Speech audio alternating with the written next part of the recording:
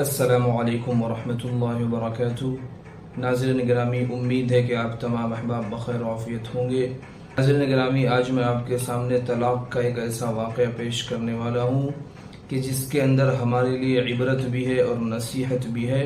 آپ اس واقعے کو سنیں، آپ کو خود اندازہ لگے گا کہ پہلے کے زمانے کے لوگ کس طرح تھے اور آج کی جو نیو جنریشن ہے ان کا کیا حال ہو چکا ہے۔ یہ واقعہ آج سے کچھ 50 سال پہلے کا ہے کہ ایک گاؤں کا واقعہ ہے جہاں پر ایک میاں بیوی میں آپس میں کھٹ پٹ ہوئی، کچھ آپس میں تو میں ہوئی، جس کی وجہ سے نوبت یہ آ گئی کہ بیوی اپنے میکے چلی گئی۔ تقریباً 13 سال تک آپس میں سسرال والے اور میکے والے صلح کرانے کی کوشش کرتے رہے، لیکن 13 سال گزر گئے،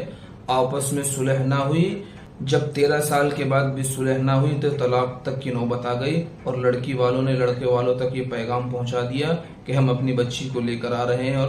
طلاق لینا چاہتے ہیں۔ اور جس علاقے کا یہ واقعہ ہے وہاں پر یہ طریقہ رائج تھا کہ جب لڑکی والے طلاق لیتے تھے تو لڑکی والوں کو جو زیورات لڑکے والوں کی طرف سے ملتے تھے وہ سارے زیورات ایک کپڑے میں لپیٹ کر، ایک پوٹلی میں، ایک گٹھری میں باندھ کر وہ لڑکے والوں کے حوالے کر دیا جاتا تھا اور طلاق لے لی جاتی تھی۔ تو لڑکی والوں نے بھی اسی طرح کیا، اور وہاں لڑکے والوں نے یہ پلان کیا تھا کہ جب لڑکی والے وہ زیورات لے کر آئیں گے اس پوٹلی کو لے کر لڑکے کو بھاگ جانا ہے۔ آگے میں آپ کو بتاؤں گا کہ لڑکے نے یہ ترکیب کیوں کی کہ پوٹلی کو لے کر بھاگ کیوں جانا ہے، اور اس کے پیچھے اس کے بھائی کیوں اس کے پیچھے بھاگ رہے تھے۔ یہ ساری چیزیں انشاءاللہ میں آپ کو بتاؤں گا۔ جب لڑکی والے سسرال پہنچے ہیں اور لڑکے نے جب وہ پوٹلی اپنے ہاتھ میں لی ہے، اس گٹھری کو لے کر فوراً بھاگنا شروع کر دیا، اور پیچھے سے اس کے بھائی لوگ اس کو پکڑنے کے لیے اس کے پیچھے بھاگنا شروع کر دیے۔ جب لڑکی والوں نے یہ منظر دیکھا کہ ماجرا کیا ہے، لڑکا پوٹلی لے کر بھاگ رہا ہے اور اس کے بھائی اس کے پیچھے بھاگ رہے ہیں، تو انہوں نے کہا کہ ہمیں طلاق نہیں چاہیے، آپ واپس آ جائیے۔ تو اخیر میں 13 سال کے بعد یہ صلح ہو گئی اور آپس میں وہ دونوں میاں بیوی خوشگوار زندگی گزارنے لگے۔ اب میں آپ کو یہ بتانا چاہتا ہوں کہ وہ لڑکا اس زیورات کی پوٹلی لے کر کیوں بھاگا تھا، کہ اس زمانے میں طلاق کو اتنا منحوس سمجھا جاتا تھا، اتنی نحوست والی چیز سمجھی جاتی تھی کہ اس گاؤں کے لوگ اور اس گھر کے لوگ یہ نہیں چاہتے تھے کہ ہمارے اس گاؤں میں طلاق واقع ہو، کہ طلاق دینے پر اس کی جو نحوست گاؤں والوں پر، اس کی جو بے برکتی گاؤں والوں پر آتی ہے، اس سے بچنے کے لیے انہوں نے یہ ترکیب بنائی تھی کہ میرا لڑکا جو ہے وہ پوٹلی لے کر گاؤں سے باہر نکل جائے گا، اور گاؤں سے جب وہ باہر جائے گا وہاں پر جا کر لڑکی کو طلاق دی جائے گی، تاکہ طلاق دینے کے بعد جو نحوست اور بے برکتی آتی ہے وہ ہمارے گاؤں پر نہ آئے۔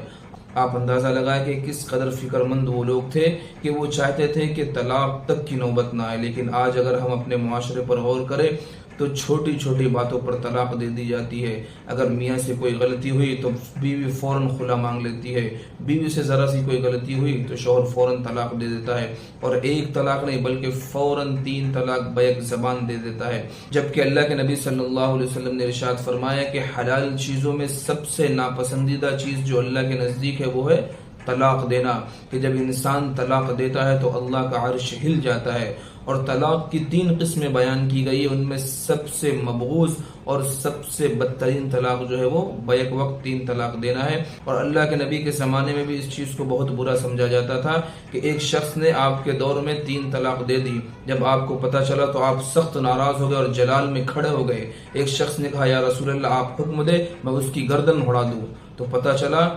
کہ میاں بیوی کے درمیان جو آپس میں کھٹ پٹ یا تو میں ہوتی ہے، اس کو اس نوبت تک ہم نہ پہنچائے کہ آپس میں طلاق کا معاملہ ہو جائے۔ اس لیے کہ